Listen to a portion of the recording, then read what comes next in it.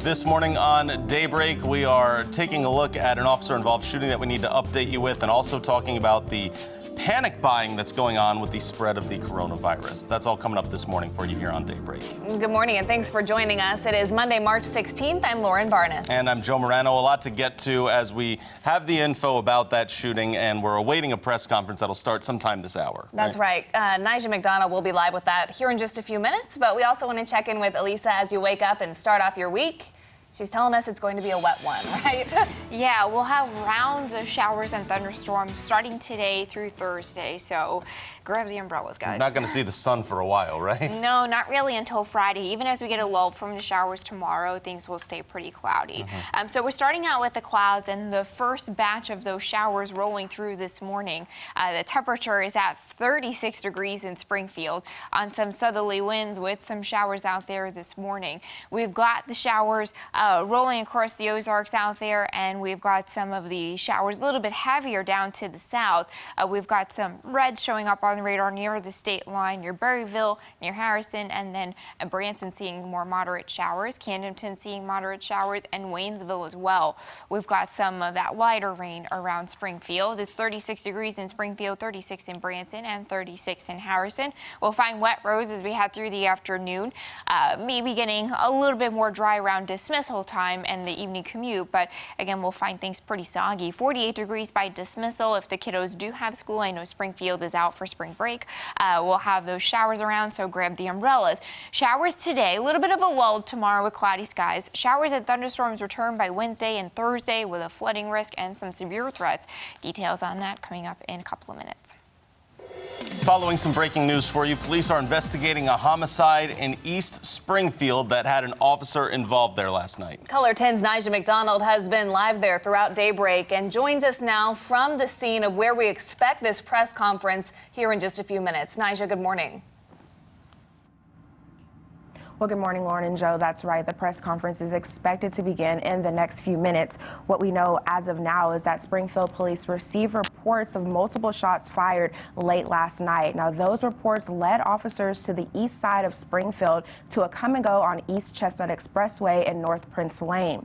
Now, police did confirm to Color 10 that an officer was hit, although no word on their condition. Traffic was closed down in both directions for an extended period of time. However, there is no threat to the public at this time. Now, Lieutenant Chad McIntyre with the Springfield Police Department confirmed that at one point it was an actor-shooter situation with multiple victims involved. Approximately 11:30, we received numerous reports of shots fired in the southeast portion of the city. Several different calls ultimately ended up at 2885 East Chestnut Expressway. It was an active shooter incident. Right now that it's been contained. We're working on a homicide. There's numerous victims involved. However, there is no word right now on the number of victims involved or the condition of that police officer that was involved in the shooting. We are beginning the press conference right now as we speak, so we will update you with more information as we learn it. Back to you guys in the studio. All right, Nigel, looks like we'll be back out there in just a minute here. In the meantime, we have some medical coverage. It's been a week of ever-changing headlines surrounding the spread of coronavirus around the world. Empty parking lots early Sunday morning is not a usual sight at churches here in Springfield, but a few of them, such as North Point, switched to solely live streaming their service.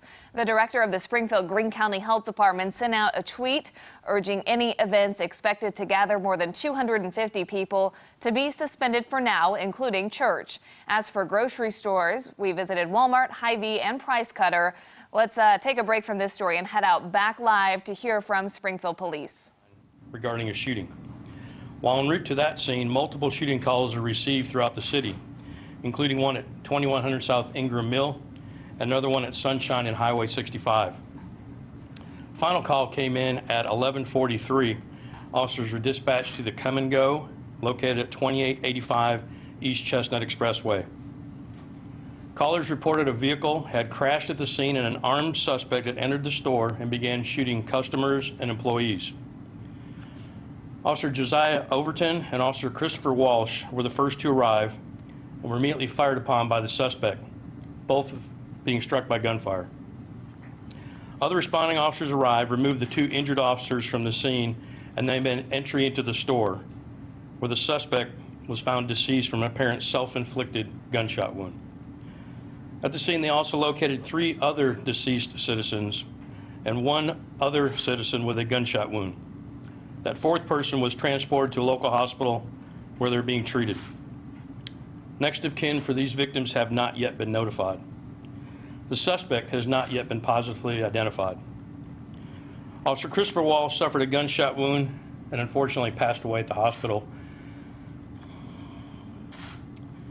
Officer Overton sustained non-life-threatening injuries and is being treated at a local hospital. Officer Overton has been with SPD for 2 years, and Officer Walsh was with SPD for 3.5 years, was a U.S. Army veteran, and was active in the Army Reserves. Both these officers showed significant bravery, were heroic in their actions, and we ask that you respect their families' privacy at this time.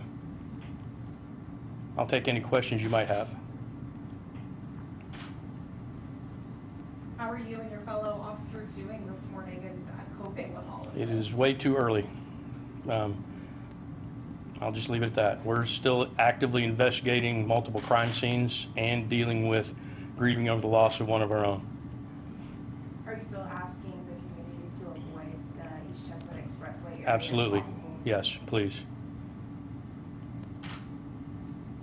Is it believed that the suspect at the come and go is the same person that was firing shots Yes. throughout the city? So in essence, we had a roving active shooter moving from the south side of the city up, we think up Ingram Mill and then over to Highway 65 and then to Chestnut, where it ended at the come and go. Any idea at this point what that person's motivations might have been? I have no idea. We're still investigating. As I said, we have not positively identified that person yet. The people who were shot at the come and go, other than the two officers, do you know if they were employees at the come and go or customers?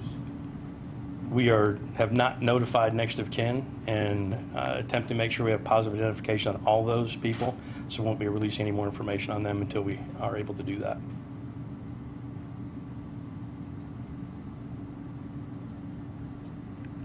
Okay, thank you.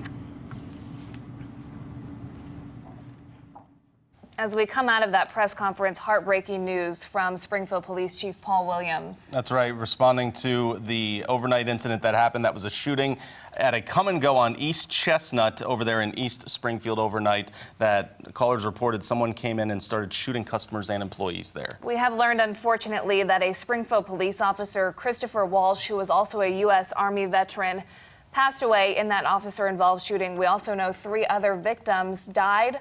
1 other victim was taken to the hospital where they are currently being treated. Another Springfield police officer was shot and taken to the hospital with non-life-threatening injuries. And we also learned about the suspect, right? That is Officer Overton that you mentioned, and also the suspect died from a self-inflicted gunshot wound. No positive identity on that suspect yet either. No, and we are still learning. This is a very developing story, so we will learn some new information throughout the morning, I'm sure. Next of kin has not been notified on these victims, so we do not know their identities right now.